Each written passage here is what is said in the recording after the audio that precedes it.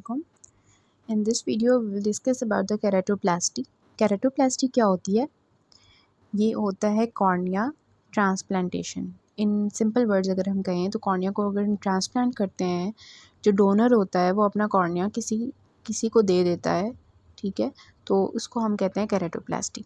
So definition इसकी क्या है? It is the operation in which the patients diseased cornea is replaced by the donors healthy cornea. Donor का जो healthy cornea है वो patient की जो डिजीज्ड कॉर्निया है उसे रिप्लेस कर देते हैं. सो ये ऑपरेशन होता है. टाइप्स इसकी क्या होती हैं? दो टाइप्स होती हैं. एक इसकी फुल थिकनेस ग्राफ्ट होती है और एक पार्शियल थिकनेस ग्राफ्ट होती है. फुल थिकनेस ग्राफ्ट को हम पेनिट्रेटिंग भी कहते हैं और पार्शियल को हम लेमेलार भी कहते हैं. फुल थिकनेस और पार्शियल थिकनेस में क्या डिफरेंस होता है? इसके नाम से पता चल रहा है कि ऐसा ग्राफ्ट जिसमें हम कॉर्निया की सारी लेयर्स को जो है ट्रांसप्लांट करते हैं वो फुल थिकनेस होता है, और पार्शियल थिकनेस होता है कि जिसमें हम कॉर्निया की सारी लेयर्स को जो है वो ट्रांसप्लांट नहीं करते, जितना हमें रिक्वायर्ड होता है हम उतना करते हैं. सो ये दो तरह के ग्राफ्ट्स हो गए. एक इसके थर्ड भी होता है जो कि होता है जिसमें हम पैच की फॉर्म में करते हैं, ठीक है, मतलब थोड़ा सा पैच जो है वो लगा देते हैं, थोड़ा सा हिस्सा जो कॉर्निया का ख़राब हुआ होता है उसकी जगह जो है वो नया पैच लगा देते हैं, ठीक है. सो उसको हम कहते हैं स्मॉल पैच ग्राफ्ट, ठीक है, उसका नाम होता है ये. नेक्स्ट इसकी इंडिकेशंस हैं कि हमने किस केस में जो है ना कॉर्निया को ट्रांसप्लांट करना होता है. सो इसको आपने इस निमोनिक से याद रखना है, COTT. C means cosmetic, O means optical, T means tectonic and T means therapeutic. जिसमें से कॉस्मेटिक को आपने सबसे लास्ट पे लिखना है, सबसे टॉप पे आपने जो है ना लिखना है O ऑप्टिकल. ऑप्टिकल मीन्स कि आपके जो कॉर्निया का विजन है वो ख़राब है, ठीक है. इम्प्रूव द विजन सही करने के लिए आपने जो है ना केराटोप्लास्टी करनी है. दूसरा ये है कि आप थेराप्यूटिकली कर सकते हो कि हमने बहुत सी कन्वेंशनल थेरेपी दे के पेशेंट को सही करने की कोशिश की लेकिन वो नहीं हो पा रहा, तो हमने थेराप्यूटिकली फिर क्या किया, तो केराटोप्लास्टी कर दी, ठीक है. जैसे हम बहुत सी पीछे डिजीज़ पढ़ी हैं, फाइनल ऑप्शन हमारे पास केराटोप्लास्टी ही था, तो ये वो वाली टाइप है. Next we have the tectonic. Tectonic में क्या होता है? फॉर एग्ज़ाम्पल ये हमने पीछे अभी केराटोकोनस पढ़ा है ना, ये उसकी टाइप है जिसमें एक्चुअली कॉर्निया की जो इंटेग्रिटी होती है वो ख़राब हो गई होती है, कर्वेचर ख़राब हो गया होता है, तो उसमें हम फिर टेक्टोनिक इस कैटेगरी को कहते हैं. तो ये इंडिकेशन होती है केराटोप्लास्टी फॉर एग्ज़ाम्पल, जो केराटोकोनस का पेशेंट होता है.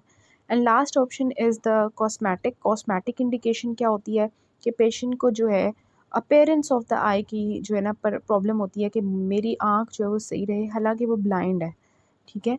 तो ऑप्टिक नर्व या रेटिना डैमेज किस लोगों का होता है ना, कि अब ऑप्टिक नर्व जिनकी डैमेज होती है ना वो परमानेंट ब्लाइंडनेस होती है, उनकी आँख नहीं सही हो सकती, लेकिन वो जो है ना कॉस्मेटिक रीजंस के लिए करवा लेते हैं. महंगा ऑपरेशन होता है ये, बहुत इंडिकेशन इसकी इतनी खास नहीं होती, लेकिन आपने याद रखना है COTT, cosmetic, optical, therapeutic and tectonic, ठीक है. नेक्स्ट में हम इसका देख लेते हैं कि जो है इसके कॉन्ट्रा इंडिकेशंस क्या हैं. ये तो हमने इंडिकेशंस पढ़े ना जिसमें हमने केराटोप्लास्टी करनी होती है. अब हमारे पास जो कॉन्ट्रा इंडिकेशंस हैं उसमें हम कौन सी कॉन्ट्रा इंडिकेशंस हैं जिनमें हम नहीं करेंगे. पेशेंट कह रहा है कि मुझे केराटोप्लास्टी कर दो लेकिन नहीं करनी, तो इसके ये रीज़न्स हैं कि ड्राई आई सिंड्रोम है पेशेंट को, उसमें नहीं करना होता. पेशेंट की जो कॉर्निया की सेंसेशन है वो लॉस हो गई है, उसमें नहीं करना. इसके अलावा जो है वो कॉर्निया के अंदर जो स्फीयर कॉर्नियल वेस्कुलराइजेशन है, कॉर्निया के ऊपर वेजल्स जो है वो बनती जा रही हैं, नई वेजल्स आती जा रही हैं. अब हम किसी डोनर का पकड़ कॉर्निया लगा देंगे उसके ऊपर भी वेजल्स आ जाएंगी ना. सो इसके अलावा जो पेशेंट होते हैं एक्टिव कॉर्नियल इन्फ्लेमेशन की इन्फ्लेमेशन अभी नई स्टार्ट हुई है, हो रही है, एक्टिव चल रही है, तो उस केस में हमने कॉर्नियल ट्रांसप्लांट नहीं करना होता क्योंकि उससे फिर फर्दर कॉम्प्लिकेशंस होंगी ना. इसके अलावा क्या होता है, ग्लोकोमा के जो पेशेंट्स होते हैं उनका इंट्राओकुलर प्रेशर पहले ही बढ़ा हुआ है, हमने नया कॉर्निया लगाया तो वो ज़ाया गया, ठीक है, ग्लोकोमा, उसके फिर वो कॉर्निया ख़राब हो जाएगा. इसके अलावा जो आईलिड एब्नॉर्मलिटीज़ होती हैं, एक्ट्रोपियन के जो पेशेंट्स होते हैं, ट्रिकिएसिस, इंट्रोपियन के जो पेशेंट्स होते हैं, उनकी ये ट्रिकिएसिस वाली कंडीशंस को पहले ट्रीट करो फिर कॉर्निया ट्रांसप्लांट करो, क्योंकि अगर नया कॉर्निया लगाया तो फिर ट्रिकिएसिस की वजह से उनकी आईलैशेस कॉर्निया को तंग करेंगी. तो इस तरह से इन केसेस में हमने कॉर्निया को ट्रांसप्लांट नहीं करना होता, कॉन्ट्रा इंडिकेटेड है. अब इस फिगर में आप देखें 8.35 आपकी बुक की फ़िगर है, इसमें आपका डोनर कॉर्निया है और रेसिपिएंट कॉर्निया है. बाहर आपका जो है ये ब्लैक जो लाइट ब्लैक है ये रेसिपेंट का अपना है कॉर्निया, और ये बाकी जो सूचर किया हुआ है अंदर ब्लैक कलर का डोनर का कॉर्निया है। तो ये आपको कैसे पता चलेगा कि ये कॉर्निया जो है ये ट्रांसप्लांट हुआ है? ये सूचर हुए हुए हैं, आपको सूचर्स नज़र आ रहे हैं ना, ये आपको सारे सूचर्स नज़र आ रहे हैं। तो इससे आपको पता चल रहा है कि पेशेंट की जो है ना ये आँख, इसके अंदर सूचर्स हैं और कॉर्निया बिल्कुल क्लियर है। ठीक है, clear cornea and the sutures they show that the cornea has been transplanted. इसके अलावा जो आपके पास आता है कि आपने जो है डोनर का टिश्यू जो होता है वो कितनी देर में लेना होता है, तो 6 to 8 hours after the death जो है आप इसको करते हो। लेकिन सर्दियों में ना आप 12 घंटे के तक कर सकते हो, लेकिन गर्मियों में आपको जल्दी ट्रांसप्लांट करना पड़ता है। ठीक है, तो ये आपका मेथड क्या होता है, मेथड क्या होता है, किस तरह से आप जो है वो करोगे सारा प्रोसीजर, ठीक है, सर्जरी का। तो सबसे पहले आप क्या करते हो कि प्री ऑपरेटिव प्रिपरेशन करते हो। प्री ऑपरेटिव मतलब ऑपरेशन करने से पहले आप सारे प्रिपरेशंस करते हो पेशेंट की।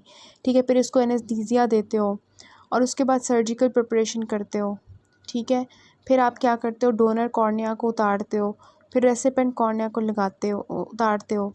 ठीक है, और फिर क्या करते हो कि डोनर कॉर्निया का जो है सूचर कर देते हो रेसिपेंट कॉर्निया के साथ, और फिर उसका ऑपरेशन कंप्लीट हो जाता है तो आप क्या करते हो कि उसकी पोस्ट ऑपरेटिव ट्रीटमेंट कर देते हो। प्री ऑपरेटिव प्रिपरेशन में क्या होता है, ऑपरेशन से पहले आप क्या प्रिपरेशंस करते हो, आप पेशेंट की जो है वो फिटनेस चेक करते हो कि इसका हार्ट ठीक है, वो एनेस्थीसिया को कोप कर सकता है, उसकी बेस लाइन्स, उसका बीपी वगैरह ठीक है। तो ये प्री ऑपरेटिव प्रिपरेशंस होती हैं। एनेस्थीसिया दे दिया, सर्जिकल प्रिपरेशन कर ली, डोनर कॉर्निया उतारा, रेसिपेंट कॉर्निया के साथ सूचर कर दिया, और ऑपरेशन के बाद पोस्ट ऑपरेटिव ट्रीटमेंट कर दिया। किसके साथ, एंटीबायोटिक्स दे दिया ताकि वो इन्फेक्शन ना हो, बैक्टीरिया ना आए, और इसके अलावा आप इम्यूनोसप्रेसेंट्स दे देते हो पेशेंट को। जब भी कोई ट्रांसप्लांटेशन करते हो तो उसके बाद इम्यूनोसप्रेशन देते हो ताकि पेशेंट की जो ग्राफ्ट रिजेक्शन है वो ना हो जाए। फिर इसकी कॉम्प्लिकेशंस आती हैं। कॉम्प्लिकेशंस क्या होती हैं, अर्ली कॉम्प्लिकेशंस हो सकती हैं, लेट कॉम्प्लिकेशंस हो सकती हैं। तो अर्ली कॉम्प्लिकेशंस क्या हो सकती हैं कि आप जो ऑपरेशन कर रहे हो उसी दौरान, ठीक है, ऑपरेशन करने के बाद फ़ौरन साथ ही जो है ना क्या हो रहा है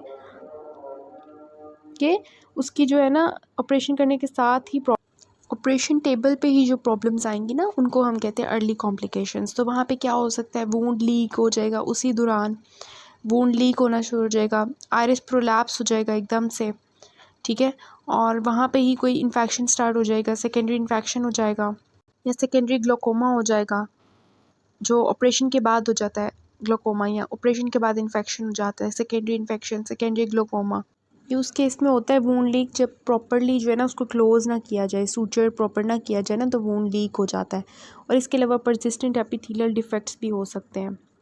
ठीक है, और लेट कॉम्प्लिकेशंस में क्या हो सकता है, ग्राफ्ट रिजेक्शन हो सकता है, वो जो ऑटो इम्यून, वो जो होस्ट रिस्पॉन्स स्टार्ट हो जाता है उसकी जैसे ग्राफ्ट रिजेक्शन हो जाता है। दूसरा ये हो सकता है रिकरेंस हो जाती है डिज़ीज़ की। इसके अलावा एस्टिग्मेटिज्म हो सकता है पेशेंट को। ठीक है, तो रिकरेंस ऑफ डिज़ीज़ हो सकती है कि दोबारा से डिज़ीज़ स्टार्ट हो जाए। सो ये आपको एक दिखाई हुई पिक्चर, इसमें देखें कि ये हमारे पास फेल्ड कॉर्नियल ग्राफ्ट है जिसकी वजह से क्या हो रहा है कि दोबारा से वेस्कुलराइजेशन स्टार्ट हो गई है, न्यू वेजल्स हो गई हैं, डोनर कॉर्निया पे आ गई हैं, और डोनर कॉर्निया पे ओपेसिफिकेशन स्टार्ट हो गई है। ये इसकी जो है वो क्या है, ग्राफ्ट रिजेक्शन के साइंस आ रहे हैं कि पेशेंट ने एक्सेप्ट ही नहीं किया, रेसिपेंट ने एक्सेप्ट ही नहीं किया डोनर के जो है ना ग्राफ्ट को। So this is all about the penetrating keratoplasty. बाकी जो इसके आगे वाली चीज़ें हैं वो आप जस्ट इसको रीड आउट कर लें।